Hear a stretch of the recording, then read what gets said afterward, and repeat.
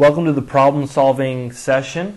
Again, I'm just going to work a handful of problems in here because I'm going to wait and see which problems y'all are having the most trouble with, and I'll add these to the problem solving set later. I do ask that you try to work all the problems at least 2 or 3 times by yourself and really give it a good go and think about the problem a lot before you ask me for the solution, because I think there's a lot of value and you're going to actually learn a lot more if you can struggle through the problem and figure it out for yourself. Alright, now that we got that out of the way, let's go to our first problem. Okay, so this is number 85, and it says an investment fund is established at time 0 with a deposit of $5,000. $1,000 is added at the end of 4 months, and an additional $4,000 is added in at 8 months. No withdrawals are made, and the fund value including interest is $10,560 at the end of year 1. The force of interest is this formula here, and it wants us to determine K. Okay, so first thing, as usual, or time diagram. Here's time 0, here's time 1, and we initially get a deposit of $5,000, and then 4 months later, so that's 4 divided by 12, we get another deposit of $1,000, and then at 8 months, so 8 divided by 12, we get a deposit of $4,000, and at the end, our balance, including the interest that we've got, is $10,560. Now, I worked this problem for a specific reason, because this is an example of a problem where if you really gave a thorough reading of a good textbook, then you're going to have a major advantage. Because if you use the theory of interest textbook, you're going to realize and you're going to notice this force of interest given is the force of interest for the dollar weighted rate of return. So immediately you're going to know that K is just the dollar weighted rate of return. So the problem is going to be this easy. You're just going to say K is the increase in the fund, the net increase in the fund, divided by the exposure to risk. And exposure to risk. And the net increase in the fund is just going to be the ending balance, $10,560 minus all the deposits, which is going to work out to $560. And the exposure is $5,000 for a full year plus $1,000 for, let's see, 4 divided by 12 is a third, so that's going to be in there for 2/3 of a year, plus 4,000 divided by, let's see, 8 divided by 12 is 2/3, so this is going to be for a third of a year. And if you plug that into your calculator, you're just going to get 0.08, and you're done. Now, I don't recall this in the mathematics of investment and credit, him showing you the specific force of interest. I could be remembering that wrong at this time. But you could have done this problem even if you didn't realize this right off the bat. And how that would have worked is you would have had to do these accumulations using integration. So we would have had to find our accumulation function from time 1 to time 2, which when we're given a force of interest that we can't easily recognize, then we use this e to the integral from t1 to t2 of delta t dt.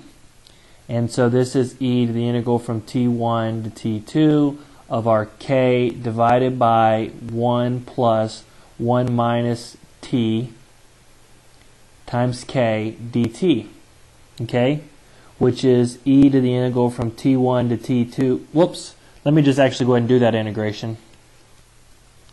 Okay, we know that all this is with respect to t, so all that we really, this is 1 over that, so we have to do natural log. So it's the natural log of 1 plus 1 minus t times k.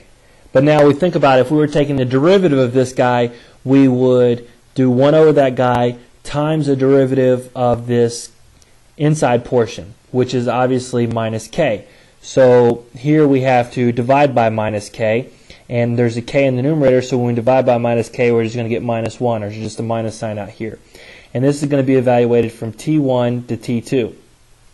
Actually, in this case, t2, since we're going to be taking each one of these deposits, and we're going to take it at time 1, t2 is always going to be 1. So this first guy is going to be the natural log of 1 plus 1 minus 1, which is 0. So 0 times k, so it's just going to be a natural log of 1, which is 0. Then minus minus, so t1, so this is just going to be e to the natural log of 1 plus 1 minus t1 to the k. Or, since e to the natural log of that, this is just going to be 1 plus 1 minus t1 to the k. So then, if we accumulate each one of these guys, then it's going to be 5,000. Let's see, here t1 is 0, so we're going to have 1 plus 1 minus 0 times k. So this is going to just be times 1 plus k, plus 1,000. Here t1 is a third, so 1 minus a third is 2/3, so this is going to be 1 plus 2/3 k. And then the last guy is going to be 4,000 times 1 plus 1 minus t1 here is going to be a third, so a third of k. And that's going to be equal to 10,560. And if you solve that, you're going to get the same thing, k is 0.08. So as you can see here, if you had a thorough study of the Kellison Theory of Interest book, it was a huge advantage since you could work this problem really quickly and you didn't have to do any of the integration. But even still, it's a workable problem, even having to go through the long way. Okay, well that's it for 85. Let's work another one. Okay, here we are with number 95, and it says Bob takes out a loan of 1,000 at an annual effective rate of I. Now you're given some information. The first payment is made at the end of year 6. We're going to make 10 equal payments and to repay the loan in full at the end of 15 years. And the outstanding principal after the payment made at the end of year 10 is 908.91. Calculate the outstanding principal at the end of year 5. Okay, first, as we always do, let's draw a time diagram. Okay, here's our time diagram, and nothing much happens for the first 5 years, except we take this loan of 1,000, and then we start making payments at the end of the 6th year. So here we call these payments P, and we're going to make 10 of these payments, so that's from time 6 to time 15.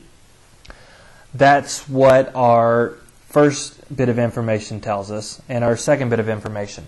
Now we're given the outstanding principal after the payment made at the end of year 10, so that's standing right here. Immediately after that payment, then the outstanding principal is 908.91. So it says the outstanding principal for year 10, outstanding balance or outstanding principal, is 908.91. And we know that that is just 5. If we use the prospective method, we see that we have 5 more payments of P. So that's P A angle 5 at a rate of I. Okay? Also, I should note that we're given the loan is 1,000, and we know the loan is just the present value of all of our payments.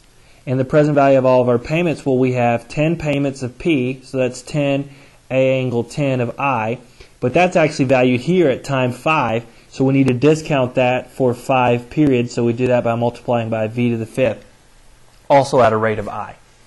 Now, finally, the payoff, what our question is, we want to calculate the outstanding principal at the end of 5 years. So we want to calculate the outstanding principal right here. Well, again, we can use the prospective method, and so we can say the outstanding balance at time 5 is just going to be the present value of all those future payments, which is P A angle 10 sub I. Well, we can see from our previous guy right above that if we knew what if we knew what VI to the 5th is, then we could easily get PA angle 10. But we know what PA angle 5 is, so if we rewrite this guy in terms of P angle 5, which is P angle 5 plus another 5 payments, but discounted for 5 years. Remember back from when we first covered the annuities, we said we could split up A angle 10 into A angle 5 plus V to the 5th A angle 5. That's the same thing we're doing here. We're just breaking up those payments into 2 sets of 5 payments and taking the present value. So now we know PA angle 5, That's given from our outstanding balance of 10, so that's 908. So here we get VI to the fifth times 908.91 plus VI to the 10th of 908.91. So now we have a quadratic, basically. I'm going to rewrite this quadratic down here. This is VI sub I, really, 10th, 908.91 plus 908.91 V sub I to the fifth minus 1,000 equals 0. So now you can use the quadratic formula to solve for this, and if you do that, you'll get VI sub 5 equals 0.661989218. Okay, so then it's easy. We're just trying to find PA angle 10, and we know from this guy right here that that is PA angle 10 sub I, which is actually our outstanding balance at time 5. It's just going to be 1,000 divided by VI to the fifth, which we just found. And if you plug that into your calculator, you will find that that is equal to 1510.60.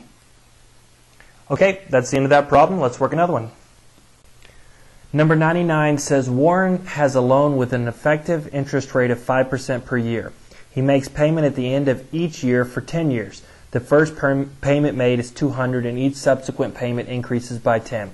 Find the interest portion of the fifth payment. Okay, time diagram. So this is our time diagram with a first payment of $200 increasing by 10 each guy.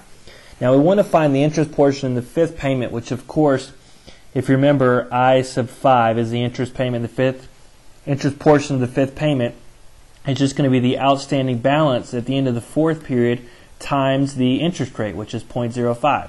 So all now we need to do is find the outstanding balance at time 4, and we'll do that using the prospective method, looking forward. So we're standing right after this payment, and we see that we have an increasing annuity after that. So we have an increasing, we have 230 level for 6 more years at 5%, plus we have 10 increasing for 6 more years at 5%. Now, if you remember, I showed you a little trick on your calculator to calculate IA equals 6. First thing you have to do is remember when you're doing that increasing annuity, make sure you set it to begin mode. I'm going to repeat that again. Make sure you set it to begin mode. That's the first step. Then for the number of payment periods, working left to right, so N is 6. The interest per year is 5. The payment's going to be -1 because the present value is what you're solving for. So the payment's -1. The future value is going to be the number of periods, so that's 6. Then you're going to hit compute present value. That's going to give you the numerator of the I angle N formula. So then you have to divide by 0.05, which is the denominator of the I angle N formula. All right? And then you're going to multiply by 10 because that's 10 I angle 6. And once you do all that, and then you add it to this 230 A angle 6, which remember then if you go to calculate A angle 6 in your calculator, make sure you set it back from begin mode. All right, so change that back, and when you get this, you should get 1337.85. All right, so then I5 is just 5% of that, or 66.89. Okay. Well, that's the end of the problem-solving session. If you have those questions, email me, james@theinfiniteactuary.com. See you at the next lesson.